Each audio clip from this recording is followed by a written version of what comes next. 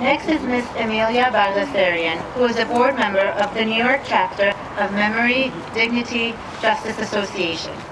Emiliya's family originates from Baku, and she would like to share her perspective on the recent conflict in Karabakh. Please welcome Ms. Bagdasarian.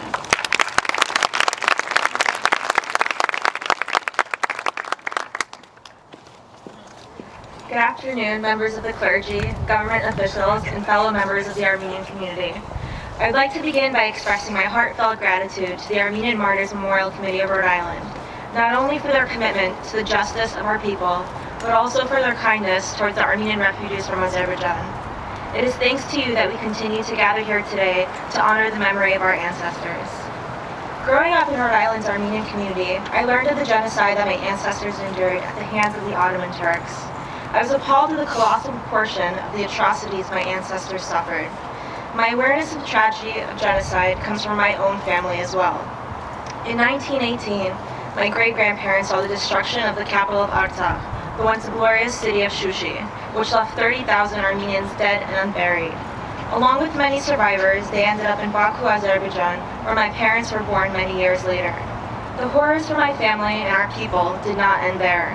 My parents told me of the shock the Armenian people experienced in February 1988 in Sumgait. It seemed that out of nowhere, Armenians were the target of hatred. Suddenly, the streets were flooded by crowds of bloodthirsty Azeris, willing to torture and even kill as many Armenians as they could get their hands on. The following January in 1989, the same fate befell my parents in Baku, the capital city of Azerbaijan. Not even 100 years later, Armenians were once again forced to flee their home, ironically, the place that had given them refuge from the original horrors. Even today, Baku authorities wage an undeclared war on our memories by destroying the Montano Cemetery. Their goal is to obliterate all traces of our presence in Baku, a city built by Armenian architects and masons. It is a blatant act of disrespect towards our people, the survivors of yet another instance of genocide. We will never get to visit the tombs of our loved ones, even if one day we are granted permission to return. This cemetery is no longer there. They plan to turn it into a victory park, and one can guess who the defeated were. Only a few weeks ago, we were reminded of the violence and hatred our people still face.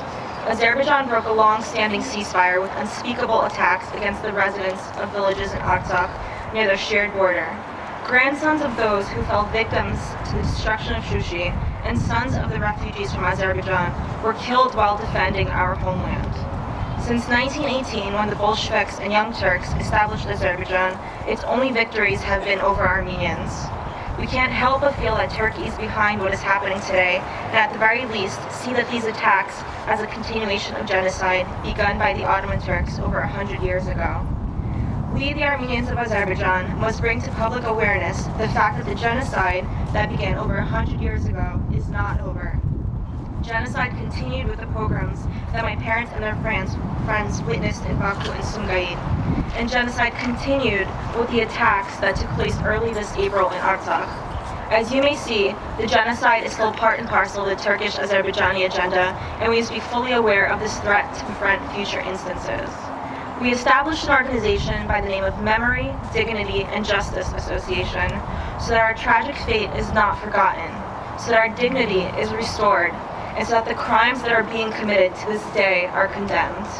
I would like to extend my heartfelt gratitude to this country, which granted us its generous hospitality. Here in America, we live free of the fear of persecution and look forward to a shining future with great confidence. I would also like to thank our beloved brethren in the Armenian American community for their tireless support and assistance. Together, we can remember our ancestors and work to preserve our history and culture for generations to come. Together, we can restore the dignity of those who came before us and ensure the dignity of those who will come after. Together, we can achieve the justice that we've been working for. Thank you.